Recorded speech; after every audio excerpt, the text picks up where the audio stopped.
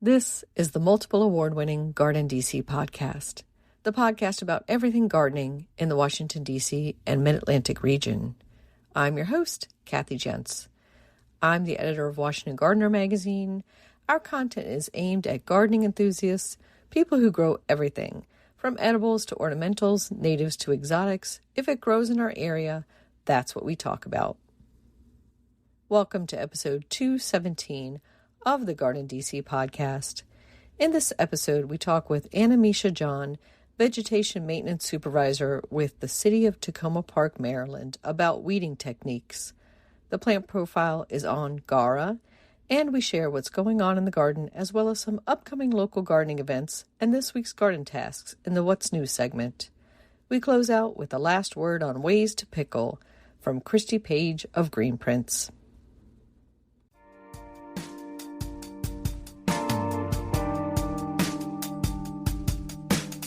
This episode, we're joined by Mische. She is the vegetation manager for the City of Takoma Park, Maryland. Welcome, Anna. Thank you. Thanks for inviting me today. And I think I kind of mangled your title, Anna. So let's go over that a little bit. So vegetation maintenance. That's right. Yep. Yep. And it's a funny title because I think the previous person in your job was called the city gardener. And I think we'll go into that and the different tasks that you're in charge of for the City of Takoma Park.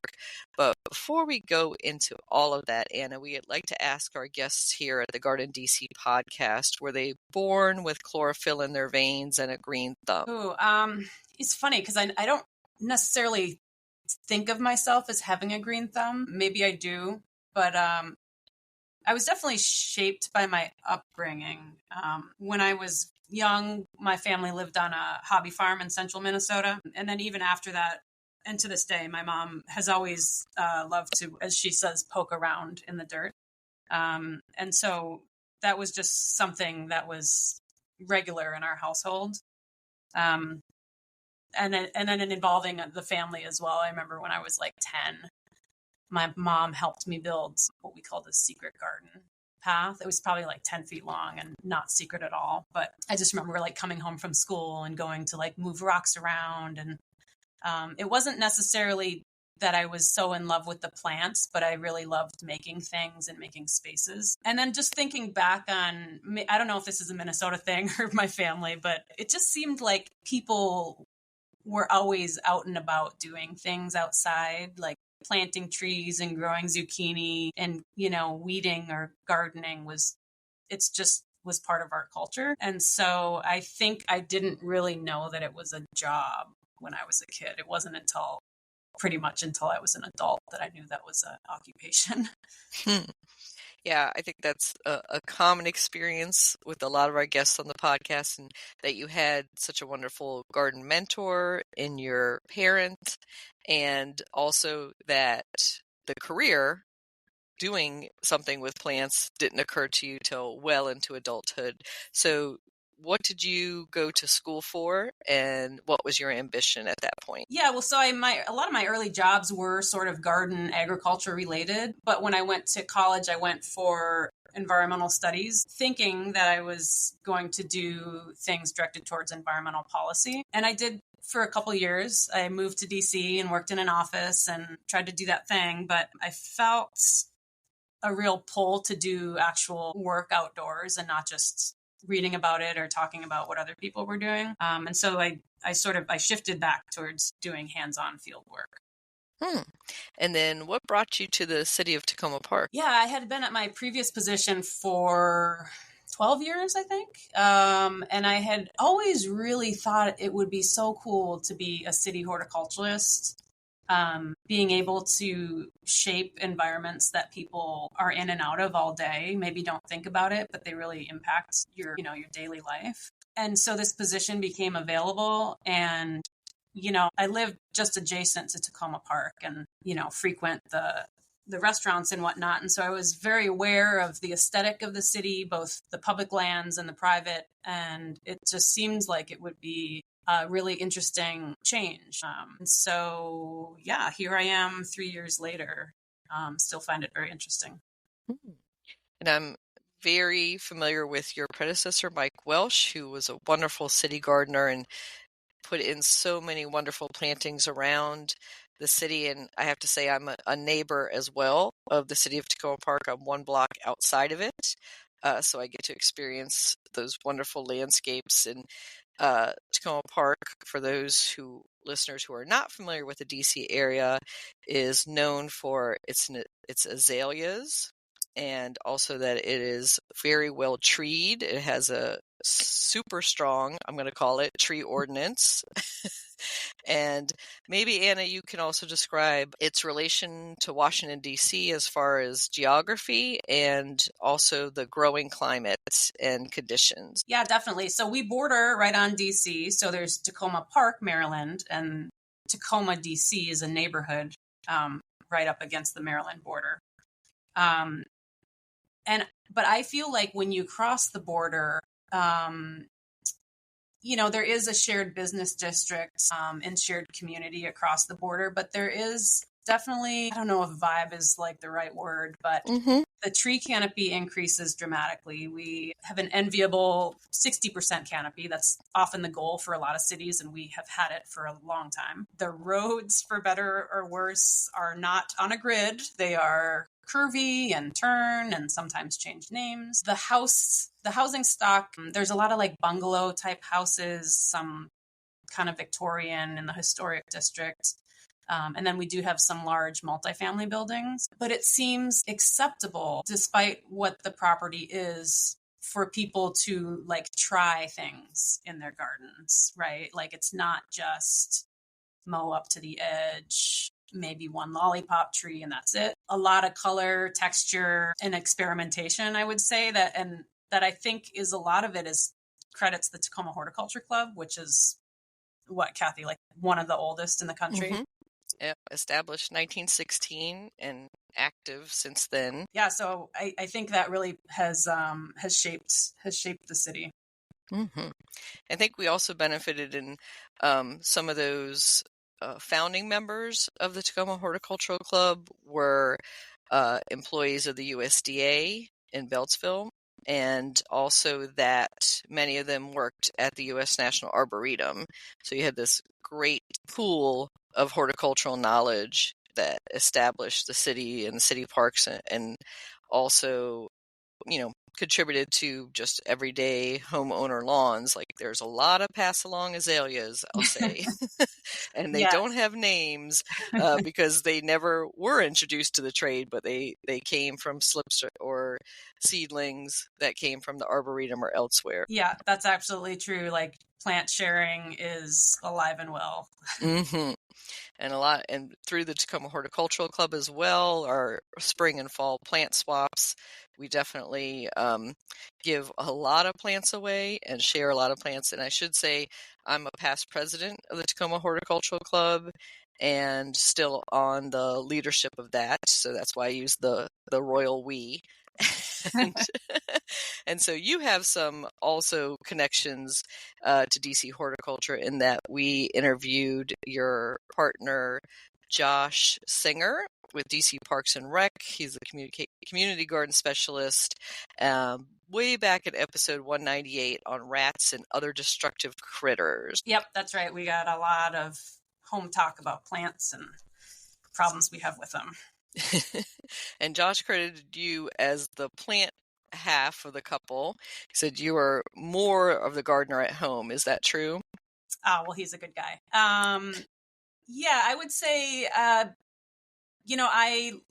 owned the home before we were together, and I laid out the landscape before he came in. And so I would say I am probably a little proprietary on what goes where, but he's made his impact on the space as well. Nice. Yeah, I always wonder sometimes with couples how the division of labor is, because, gardening is kind of about control. And so as long as you can amicably work that out, that's always good. Yeah, I've heard somebody say that gardening with someone is akin to having children with them, and I can see why they would say that, having done both. Very true. So the topic of this episode is weeds and dealing with weeds and management. And so your job title, as we said, is Vegetation Maintenance Supervisor. And when you use the term vegetation, that brings to mind more for me keeping the weeds down to a dull roar is almost what it sounds like, rather than planting new things. So what would you say the majority of your job tasks are? Is it more about control, what's there currently, or putting in new stuff? No, I would say they go hand in hand. I think, having my title be vegetation versus garden, I think that it acknowledges, I do also supervise the lawn mowing in the city. And we are doing increasingly more work in our open spaces, which wouldn't typically be called gardens. So I think it's a broader title that, frankly, I probably wouldn't have chosen for the job, but I can see why they did choose it. And I think part of your job is also, you work with snow removal and the leaf pickup. Is that part of it too? I don't do leaf pickup. I am in the public works department. And so, yeah, if there's a snow day, like my crew's job is to make sure that nobody falls on the sidewalks in front of city facilities. And then I say that my team does some leaf management. We don't necessarily remove leaves from city sites, but we do, like mulch them or whatnot. And then the crew that goes around and does the curbside pickup is one of my colleagues' teams. Good to know. And so let's talk a little bit about weeding techniques and slide into that topic. So what is your overall philosophy with dealing with weeds on city property? Are you organic and using hand tools, or do you go to the full spectrum of using every tool possible out there? We say that we practice integrated pest management, which by its definition, you go through the triage, right? You do your mechanical, but occasionally there are other techniques that you need to do as well. I would say that 95% of our work is hand weeding. Sometimes what I would consider weed management actually means we're just renovating a space. And then, depending on where the job is, we may need to use other, occasionally we do need to use chemical methods. Very, very rarely. And we'll get into some of those in our conversation. So let's talk about the first line, as you said, is mechanical removal, meaning by hand. So a lot of recent weed research has shown that it's best to cut them off at the base or where they're emerging from the soil and deprive them of chlorophyll versus pulling them out by the roots. What do you think about that, Anna? I think it really depends on the specific plant that you're talking about, and what your actual management is going to be. Like we have in the city, I think it's 8 acres of hand managed land, and it takes us a long time to go all the way through from start to finish. And so I would, in most cases, not say cut them off and come back, because by the time we come back, you then have like 3 more generations of weeds. I suspect the research indicates that when you pull them up, you're disturbing and bringing up new seed bank. Is that correct? Yeah, that's usually wise, because you're bringing up the weed seed bank from the soil, which we should talk about. Yeah, I think it really depends, if you have like a really weedy area or not. If you're dealing with perennial weeds, it's another story too. I would say that I think there is value to pulling individual weeds versus using like a scraper, which tends to do more of the disturbing the soil and stirring up new weeds. I also think it depends on if you're talking about a bed, say under those azaleas we talked about, versus in a walkway or sidewalk. Like when you're pulling out a weed between 2 bricks, say, I wouldn't worry about seed disturbance so much. Yeah, I mean, but I would also say, like, if you've got something coming up through sidewalk cracks, like you may not be pulling up that root. We may just be cutting the top off. Exactly. So, As best as you can grub out, probably. yeah, exactly. Mm.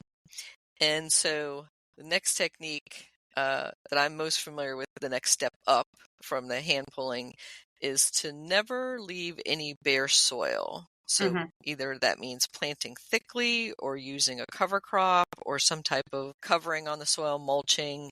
Does the city use the chopped up leaves and wood chips from Public Works to fill in beds, or how do you cover that bare soil? Yeah, I wish I could say that we mulched everything every year. It's not within our capacity at this point. I'd love to see getting there. Typically, what we do with like new plantings is we'll go in and we tend to use the wood chip mulch Mm-hmm. because it's free for us and it does not have any weed seeds in it.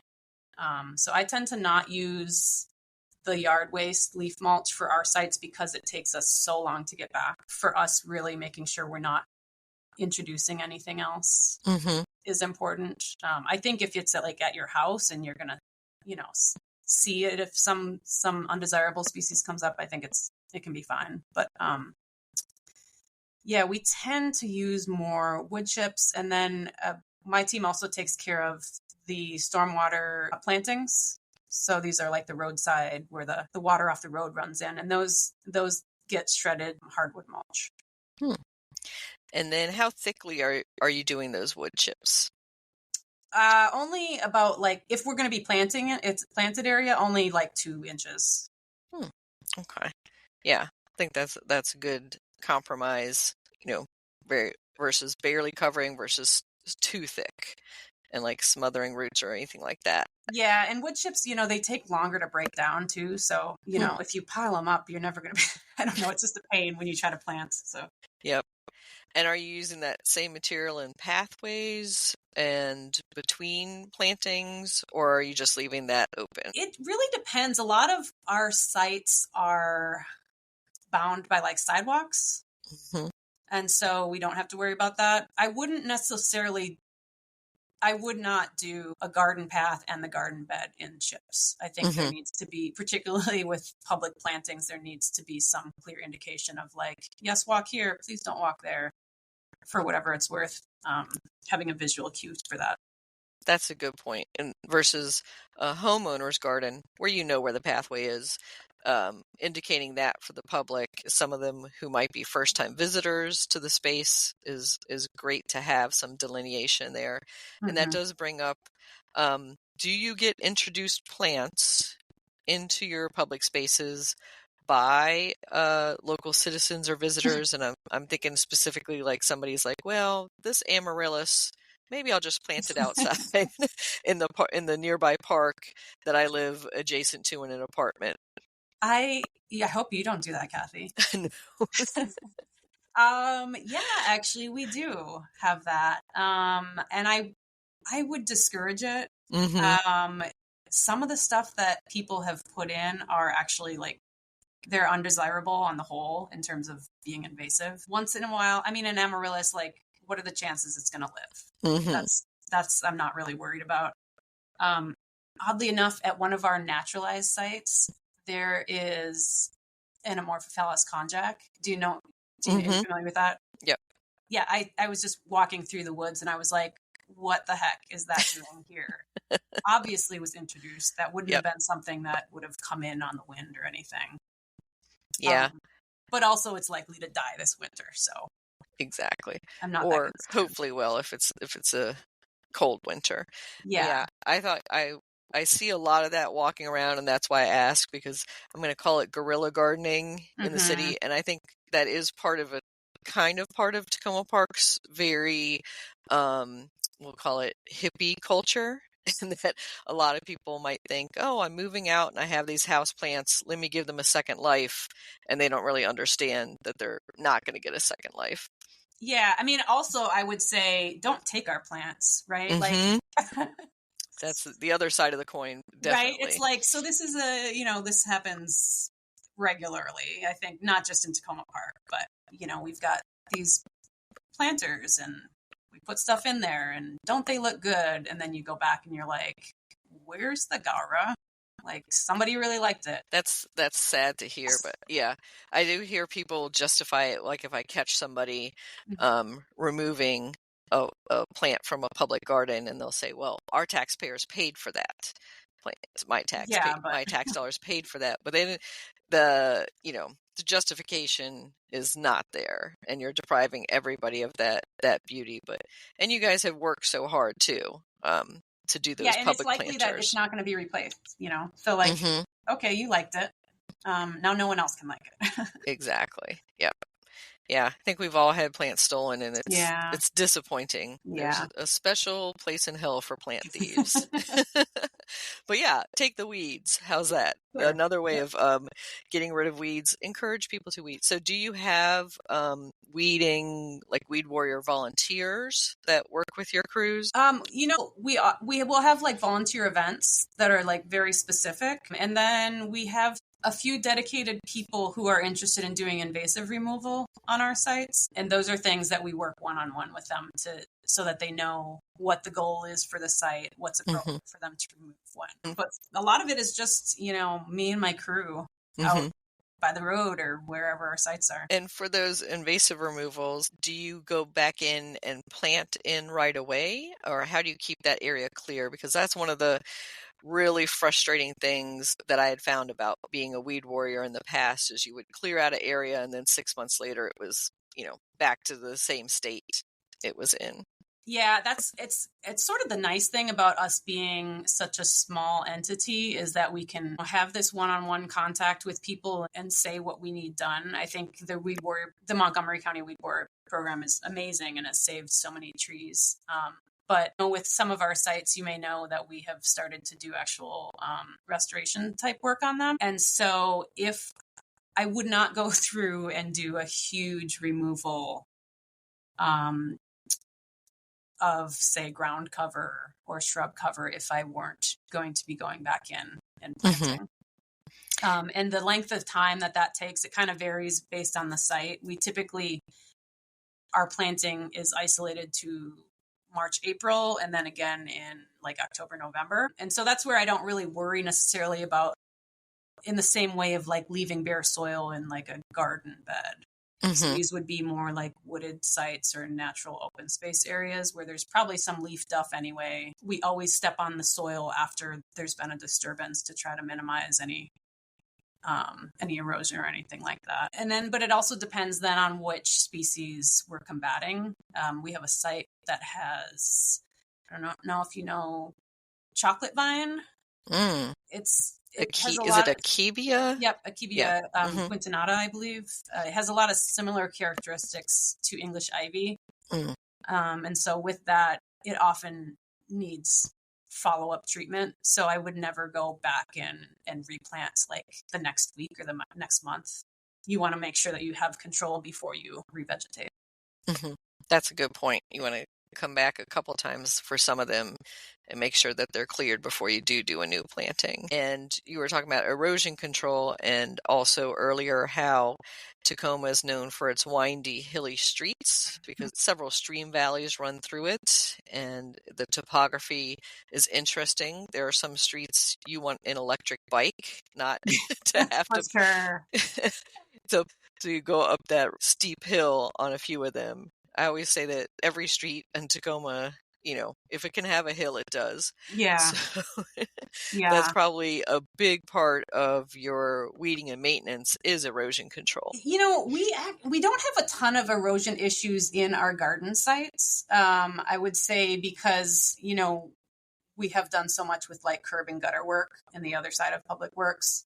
But definitely like these open space areas often have some hill component. And so that goes into the plan for, okay, if we're going to remove this in year one, we're also then going to need to not just replant, but potentially use some other kind of erosion control, core mat, stones, something like that. So do you ever leave a site so it's cleared of vegetation? Do you ever put a tarp over it or use any other type of solarizing or even lasagna or layer method just to keep it under control? We don't do solarizing. I think that's something that you could do on like very small homeowner scale, or potentially in like a vegetable garden area. Our sites are all open access. And so somebody's going to come look under the tarp and then not put it down. A deer is going to walk on it. Yeah. That doesn't work great. I do really love sheet mulching, which I think is the same as probably what you're talking about. Correct. Lasagna gardening. The layer or lasagna or sheet mulching. Yep. Yep. I love that either for brand new beds or in established beds. We have done some of it here. Where we would do that, it kind of depends on how long we can leave that bed unplanted. I find that it works well if you can leave it for 6 months to a year. And then depending on how long you're able to leave it also then kind of dictates how well you can plant small things into it. So like I probably wouldn't plant plugs, like sheet mulch, and then right away plant plugs into it because of the depth you're mulching. Yeah. And getting the plant in contact with the soil. But yeah, that's like I think the best way to start new beds. I agree. And yeah, I agree as well that 6 months, like if you can do it now in the fall and then plant into it in the spring, that's your best timing possible. Yeah, absolutely.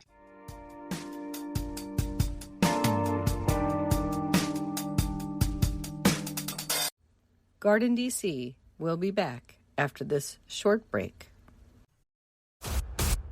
This episode is brought to you by National Geographic, presenting its new documentary film, Endurance.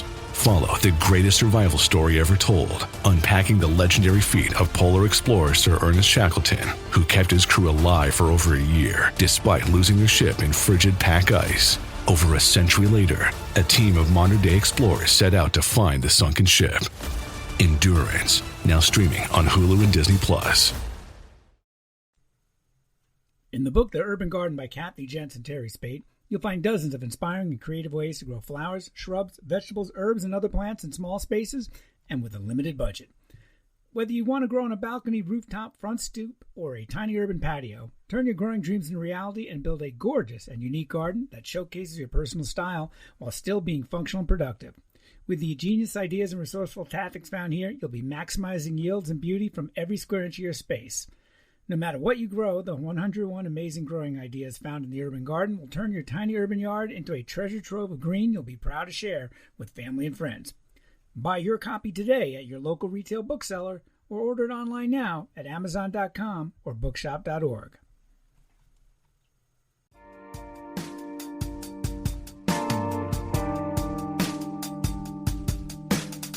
So let's turn to spraying techniques for weeds. So you've tried to hand pull, you've tried maybe to smother or sheet mulch, and this one is just a monster, and it's not getting to it. So you can go from boiling water, which I'm pretty sure you guys aren't using, to horticultural vinegar and other chemicals. What is in your arsenal? No boiling water. We don't usually have a stove close by. I'm not crazy about horticultural vinegar, to tell you the truth. There's a couple different products that are what are considered top kill. So this would be, as you were saying, to cut the top of the weed off. The root is still there and likely to grow, but you have, maybe reduced its vigor, improved the aesthetic nature of the site. From what I'm hearing more, horticultural vinegar, you have to be real careful about not getting it in your eyes or on your skin. It can definitely cause damage, but it also can have more soil impacts than some other products. If I were to use a top kill, I'm more inclined to use like the clove oil or citrus oil. I think it's a bit more effective. It smells nicer too. But there can definitely be room for using those. Yeah. And so that's just literally almost burning the top foliage back to the ground with some of those chemicals. And like all chemicals, whether it's a natural, like horticultural vinegar, or made in a lab, you do want to wear full protection before spraying. And then, of course, be cautious of overspray. You want to hit your target plant. And also, as you said, soil impacts. So can you talk about some of those soil impacts? Yeah. So more of the like chemical type, what you would consider chemical herbicides. Typically what they do is you get them on the leaf of the plant and then it's transported into the plant and disrupts some part of its life cycle. So it may stop it from producing components in its roots, right? So it'll take a couple weeks and then you see it's yellow because it can't live, right? And so a lot of these products are short-lived in the soil, hopefully short-lived in the soil and broken down by microbes. And the idea would be that you know, that particular plant gets sprayed once or maybe twice, and then you're good to plant. You know, you have no more of the harm. In the city, if we're going to be using something like that, it would be a very specific, they're not used for cosmetic purposes, right? So we don't just go through mulch beds and just spray them off just so we have like clean mulch. It would be because there's not another way to control that particular weed. And so I would say the next big gun, so to speak, in weed tools is burning them. Yep. And so there's the very targeted, maybe like a propane little wand that people are using now. I notice at public gardens, and that's usually, again, that sidewalk crack plant that's popping up. But do you do any open burns? I know we're, talking about a very urban area. Yeah, we don't do any open, like wildlife management type burning. We definitely use the weed dragons, which is the propane tank with it has like a wand. The flame is 2 feet down. It's different than like a plumber's propane torch in that it's much higher BTUs. And as you said, we really only use it for sidewalks. Sometimes it is just a top kill and the plants will come back, but that's a management decision that we're okay with. But let's see, I did try to use it doing bed prep in an area that had lesser celandine because I had read some research that it could be effective in killing the tubers. At least my treatment of it was not effective, but yeah, I think there is more potential to use the fire, but also because we're in these public areas, there's a good chance that somebody walks up to us holding a coffee to ask us what we're doing, and it can be a little hazardous. So. Yeah, and I would be afraid of, catching those wood chips on fire. Yeah.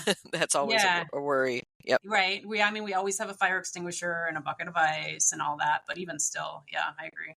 Mm-hmm. And how about preventative maintenance? So using a pre-emergent or other techniques?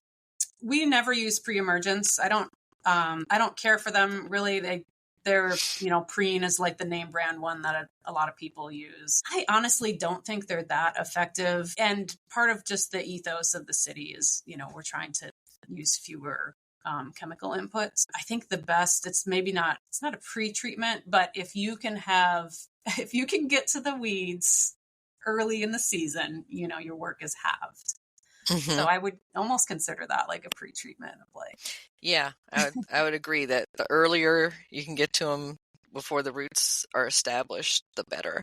Yeah. And that brings us to some quick weeding tips, like how to make it, I'm not going to use the word enjoyable, but less of a chore. Oh man, that's a hard one for me because I really don't mind weeding, but I think it does take a special type of person to feel that way. I am a big proponent of podcasts and listening to the radio. I also work with some pretty great people that, we don't talk all day, but there's always something interesting going on to hear about. For me, it's also one of the few times that, I'm like just using my hands, like I'm not on a screen. My brain is able to sort of do whatever it wants to do and think. And that's when I get my best weeding done too. I'm a pretty great weeder when I'm focused on just the weeds in front of me. Yeah, I think it can be very zen, and you're, like you said, you're doing the task, but your brain could be doing other things, as you said, listening to a podcast like ours, yay, and also mulling over other problems, solving things in your head. But I think the barrier is the starting of the weeding session. Like once you're out weeding, you're into it. You're like, yes, I can get this whole area. It's very satisfying because there's a before and after. Mm-hmm. That's always the great part about weeding is I always forget to take a before shot, but you're like, I cleared this hole. Yeah. That's funny because I only take the before shots. People ask me for a pretty picture and I don't have any. But yeah, no, I totally also just think about, I mean, it can be overwhelming, especially if you're working by yourself, like just narrow your scope, like I'm going to do this small area, or I've got 20 minutes. Like at home, I really don't weed, or I don't think I weed, but I think that's just because I'm out there when I'm, waiting for my kids or doing something else, and I'll pick like 10 weeds, right? It's not that I'm getting my gear on and going out for a full day. It's just kind of setting your expectation for how you're going to weed and how much time you're going to put into it. So I try to not get overwhelmed by it. That's not fun. Yeah, I think you're right. Setting a time. So for the next 10 minutes, I'm going to weed this section, and I'm not going to try to do everything. Yeah. Or sometimes I'll go out with a pruner and I'll say, I'm going to cut down 10 little seedlings that are popping up in the beds, and I'll even count. And then do I do just 10? No, I do more. Yeah. So, once you get started. But that's usually the stumbling part, is getting started. Yeah, I agree. So let's talk about some common weeds that we hate. And maybe hate's a strong term, but you mentioned lesser celandine, Ficaria, and now I think it's Vigna. Now I have to look up the Latin. But that in the Washington, D.C. area in particular has become a real scourge because it is taking over a lot of naturalized areas. Yeah, it's funny. That's one where you were talking at the beginning of our talk. You were asking about differences between Takoma Park and DC, and lesser celandine is not quite as much of a problem on the DC side of the border, particularly because it likes moisture areas. And Takoma Park just has these springs everywhere, a lot more moisture than the hot roadside areas I think of in DC. The one thing I would say on lesser celandine's positive notes, if you could say that, is it's only up for a few months of the year. So it is an issue in these naturalized areas where the spring ephemerals are getting crowded out. But, a lot of those spring ephemerals are eaten by deer anyway. So, I can't let myself stress on lesser celandine at this point. Yep. Yeah, if only the deer would eat the lesser celandine. Yeah, but they never do. And that's why they're invasives. How about mugwort? Do you deal with that a lot in Takoma Park? So much. Yep. So much. Yeah, that's one that's definitely one of my top haters or whatever. Because it is so challenging to control. It's, if it's in the grass, fine, just mow it. But when you have it in a garden setting, once you start digging, you realize, there are a lot of roots here, and every little centimeter of root that gets left will grow another plant. So it's these perennial rhizomatous species that are very difficult, and they grow quickly.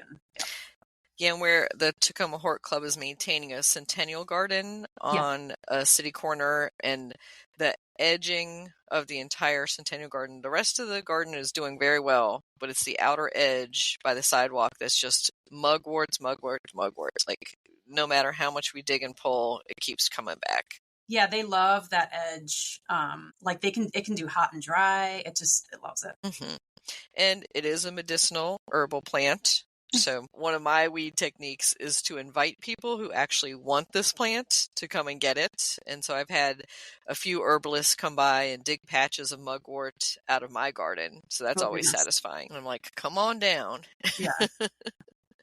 So let's talk about some of the vining plants, because those can be a particular challenge. So mila minute, honeysuckle, English ivy, porcelain berry. Yes, I don't like any of them. I would say mila minute is an annual, and so although it is very spiky, we don't have a huge issue with it on city properties. English ivy, it's all over. Primarily, it causes its damage when it starts to go up trees, which can be controlled by these weed warrior type programs. It'll only grow maybe, if you clear a circle out around the tree, maybe you can treat it every couple of years and be okay. Porcelain berry, I would say, is our biggest issue with vines on city properties, because the birds drop it all over and it does grow so quickly. it can be difficult to differentiate it from like native grapes. And so I think people are inclined to leave it thinking, oh, I got grapes growing here. But this time of year, you realize the fruit are blue, and yeah, it's still worth cutting it, severing the vine and digging it up if you can. Mm-hmm. Yeah. And do you have any instances of kudzu in the city? Yeah, we do. It's my first experience really with kudzu. We do have a couple areas. I'm quite sure they were just incidentally contaminated, that they weren't, planted for erosion control. But oh yeah, that is one that chemical means are needed if you're going to eliminate it. You can sever the vines, and that is very helpful in protecting the trees. But if you're going to get rid of that plant, you got like a 7-year road ahead of you. Mm-hmm. And so you talk about it being introduced to an area, and that's what I observe as well, that I think a lot of the kudzu I'm seeing is brought almost by mow and blow crews from one area to another. And I think it's a sanitation issue. They're not cleaning their equipment between one area to the next. And so pieces of that are carried over. Yeah, the couple areas I'm thinking about are like hillside kind of things. So once it gets in there, it's like, it's not an area you're going to be walking in necessarily. Exactly. So you maybe don't notice it the first year. But once it gets established.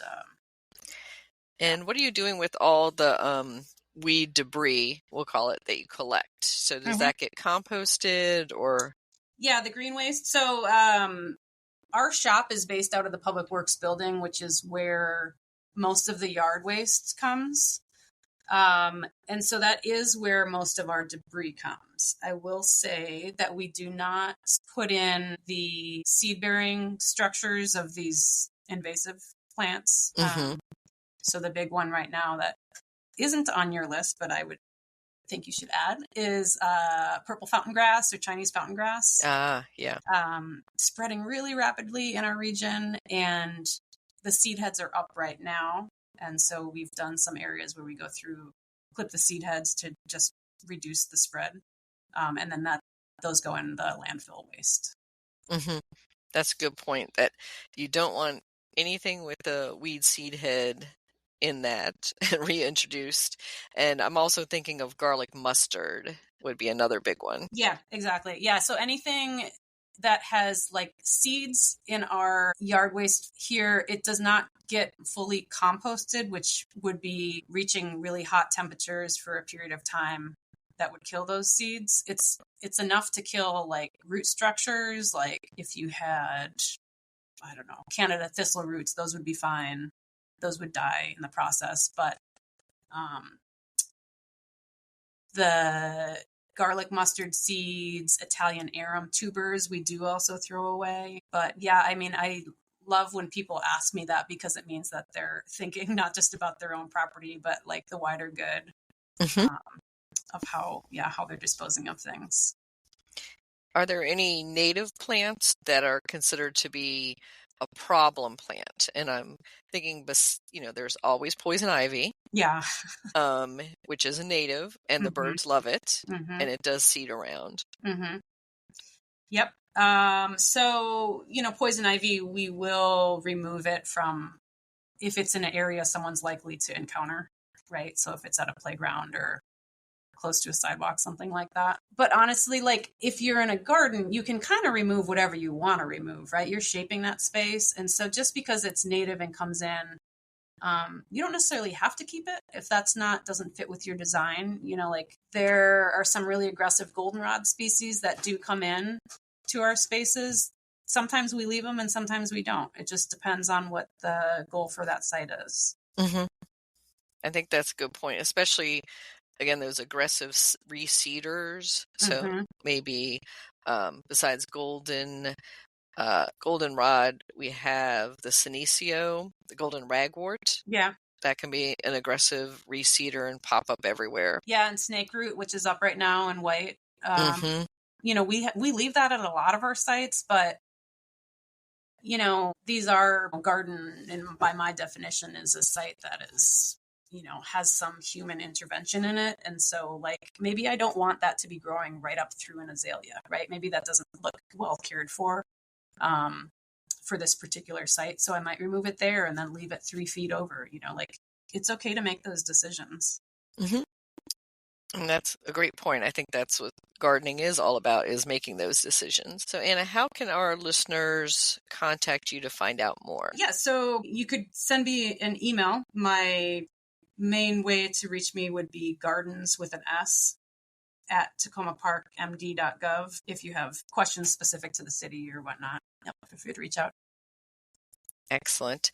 So are there any weeds that we didn't talk about, or any weeding techniques that you want to address for our listeners? Man, we went over a lot. I would say probably the number one question I get is, do you know anyone I can hire? There is like a huge demand, I think, for people, who either get overwhelmed or you just, lots of people have jobs and other things going on. They can't do it all.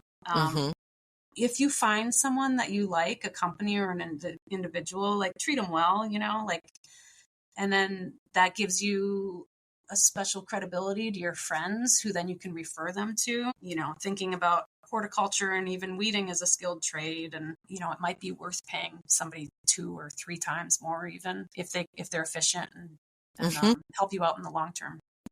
Yeah. Especially if it's somebody who has the skill to know a weed from a desirable plant. Oh yeah. Yep. So many times people hire somebody and they, weed out what you want them to leave, or the opposite. Yeah. I mean, even with my staff, I have to be very clear sometimes, like you said, sometimes it's decision making and sometimes it's ID. But like, even just the mechanics of removing weeds, like there's a certain muscle memory, like I pry things in a certain way and, pull out the roots. But so that would be one thing. Sort of off topic, and it just occurred to me, we didn't talk about landscape fabric. Mm-hmm. Yeah, let's talk about that. I discourage it. Yeah, I just, I feel like has a place maybe in like gas stations or something like that, not to be derogatory, but, often it is not conducive to garden spaces. You're going to pierce it, make holes, weeds grow on top of it. I just pulled up some 30-year-old landscape fabric recently, which is why it's top of the mind. So be a gardener and use landscape fabric. Yep. That's a great point, that it will stay with you for decades. And I'm still dealing with it from a previous owner as well, everywhere. Yeah. So that would have been under probably our smother technique, but I think that's so apt that, if you're going to use it, make it very temporary, or just make it in pathway places, or as you said, like a urban, street island around a gas station. Where you don't want anything to grow. I don't know. Exactly. Where you never want anything to grow in the future. So good point, Anna. Thank you so much for sharing your weed techniques and philosophies and experiences. I think our listeners have learned a lot. Yeah, thanks. Anytime you want to geek out about some obscure garden topics. Thank you again.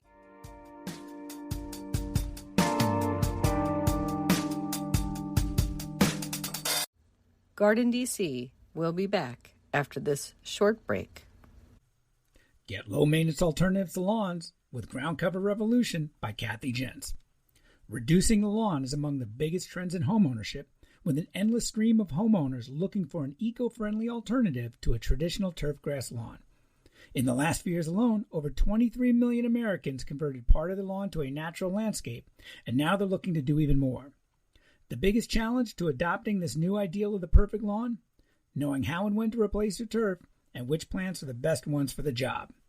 Ground Cover Revolution is here with all the answers you need, and some you didn't even know you needed. Included are 40 in-depth profiles of plants that are perfect choices for replacing a grass lawn. There are options for sun, for shade, for dry and wet sites, and for various climates around the globe. There are choices that bloom, options that are evergreen, and selections that are deer-resistant.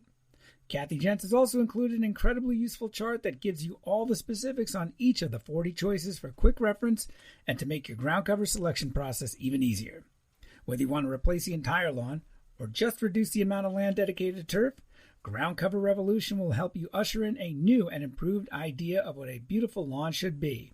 Ground Cover Revolution is available now wherever you buy books, including Amazon.com and Bookshop.org.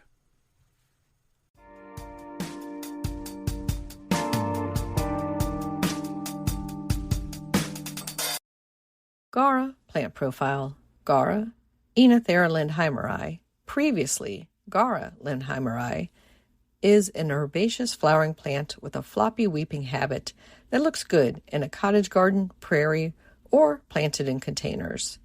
It has star-shaped blooms in shades of pale pink and white that flower from late summer into fall. It's also known as butterfly gaura, Lindheimer's bee blossom, Indian feather, and wand flower.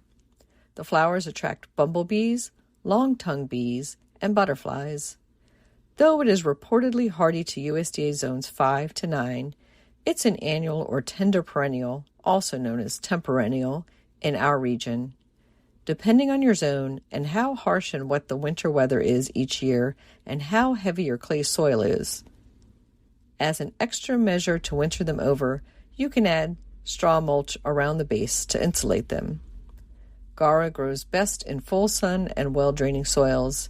It's native to Louisiana and Texas. Cut it back after it finishes flowering and divide the large clumps in mid-spring.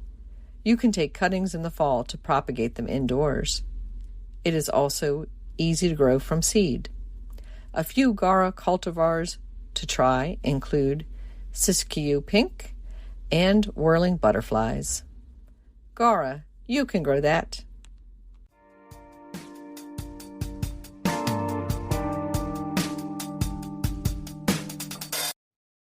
What's new in the garden this week? Well, it's been a month since we've had any measurable rain, and our temperatures have been very mild for fall in the Washington, D.C. region, including highs in the low 80s for Halloween.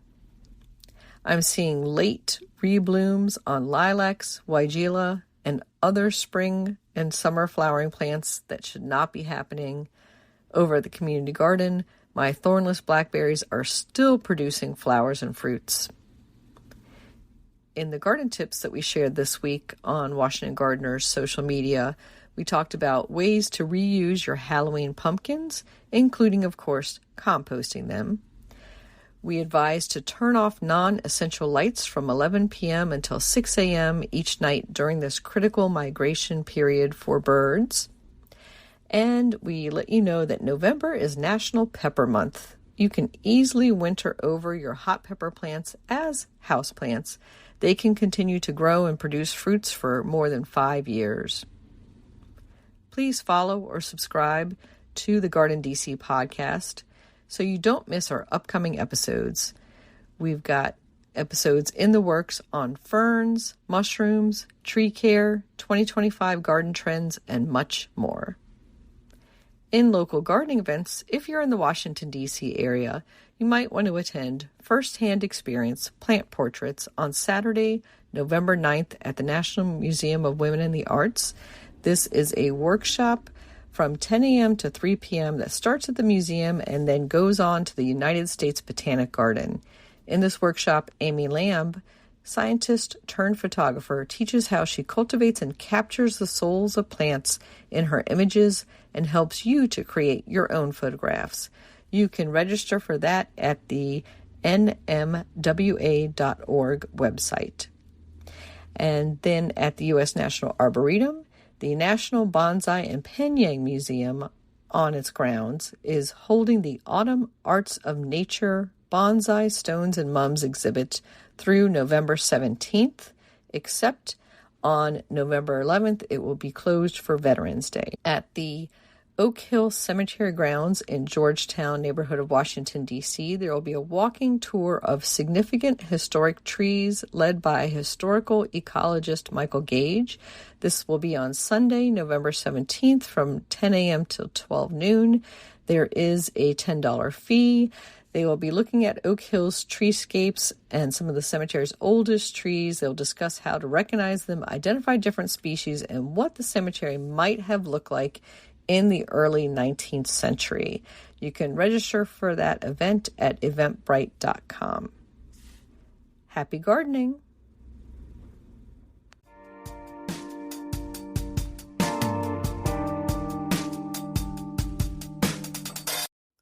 This is Christy Page with Food Gardening Network with the last word on how to pickle by Amanda MacArthur.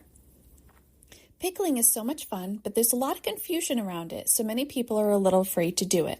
I totally get that too, because fermented pickles are a science show all on their own. But that's not the only way you can pickle, and in fact, there are many ways to do it. I learned how to pickle from Noah Berman Herzberg, also known as the serial pickler. She turned me on to the idea that if there's any vegetable you don't love, you should try pickling it first. This has totally changed my tune on bland veggies like radishes and bolder veggies like beets. As a bit of a purist, my favorite things to pickle are cucumbers, carrots, and green beans, though you may find me pickling red onions on special occasions when there's a special meal or a cheese board on my horizon. And I'm going to show you 3 types of pickles you can make.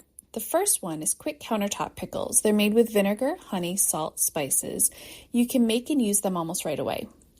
Refrigerator pickles are made with vinegar, water, and kosher salt. They can be eaten the next day or within a few days. And third is fermented pickles. Those use water and kosher salt and will ferment over the course of 2 to 4 weeks. These are the type of pickles that have probiotics that are good for your gut. So first, quick countertop pickles is about as simple as it gets. Number 1, use a thin Persian style or mini cucumbers and slice them into rounds, at least 1/8 of an inch or thinner if you like, and add to a small bowl. 2, add 2 tablespoons apple cider vinegar, a 1/2 tablespoon of honey, a 1/4 teaspoon salt, some peppercorns, a few cracks of freshly ground peppercorns, and mustard seed if you have it, then toss. Let it sit for at least 15 minutes while you cook dinner, then enjoy on top of burgers, dogs, sandwiches, or just alone with a fork. Next is refrigerator pickles. These are what most people tend to make because of their simplicity. Once you taste them, you'll recognize the flavor from your favorite cheese boards and pickled platters, and now you can make them at home. All you need is a bundle of thin-skinned cucumbers or pickling cucumbers or carrots and green beans to fit in your jars, whole peppercorns, mustard seeds, and bay leaves for aromatics, whole cloves of garlic, and fresh dill. Then you'll need some vinegar, kosher salt, and water for the brine. Trim your veggies so that they'll fit nicely in the jar. For your cucumbers, trim off the ends and pre-salt the cut cucumbers in a bowl to extract any excess water and help them stay crispy. Fill your sterilized jars with the vegetables, sprinkle the aromatics, you can also use coriander and other spices, and begin to make your brine. To make the brine, you'll need 1.5 cups vinegar to 1 cup filtered water and 1 tablespoon of kosher salt. You can double or triple this depending on how many jars you're making, but it's better to make extra than not enough. Add any more aromatics to the brine, bring to a boil, then take off the stove. Pour the hot brine into your jars and then leave the jars open until they're totally cool. Close the jars and store them in the fridge for up to a month. Now, last but not least are fermented pickles. And making them isn't much different than refrigerator pickles, except you're not using vinegar. For the brine, using cucumbers, follow the same rules, except use 1 cup filtered water to 1 heaping tablespoon of kosher salt, or 1 tablespoon and a half teaspoon of kosher salt. Bring the brine to a boil, but let it cool to a warm temperature, about 30 minutes before you pour it into the jars. We do this because we want to seal this right away after pouring to reduce any risk of contamination. Use a sterilized shot glass or fermentation weight to make sure everything in the jar is covered by brine, and then close the lid and store away in a cabinet or basement that's around 70 degrees. Too hot and they'll ferment too fast, but too cold and they'll ferment too slowly. Now wait about a month before opening. Another way fermented pickles is different from refrigerator pickles is that the whole darn batch might go to heck if you don't follow a few simple rules. First, sterilize everything, your hands, the jars, the seals in the jars, and anything the veggies will touch before going into the jar. 2, only use the freshest vegetables, because if any kind of rotted veggies, even ones that are just kind of soft, it'll ruin the whole batch. 3, throw away the batch if it looks or smells weird at all. Your finished pickles should have a cloudy, milky-looking brine, and they should smell like pickles. If they have any kind of mold or smell that's off, just throw it away and start again. I hope you have enjoyed this, and I hope you enjoy pickling. This has been The Last Word by Christy Page at foodgardening.com.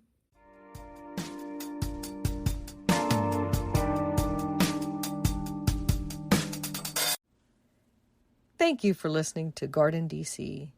You can become a listener supporter for as little as 99 cents a month by going to the supporter link in our show notes, or directly to podcasters.spotify.com/pod/show/GardenDC/support. Another way to support this podcast is to subscribe to our monthly digital publication, Washington Gardener Magazine. To do so, go to WashingtonGardener.com or WashingtonGardener.blogspot.com.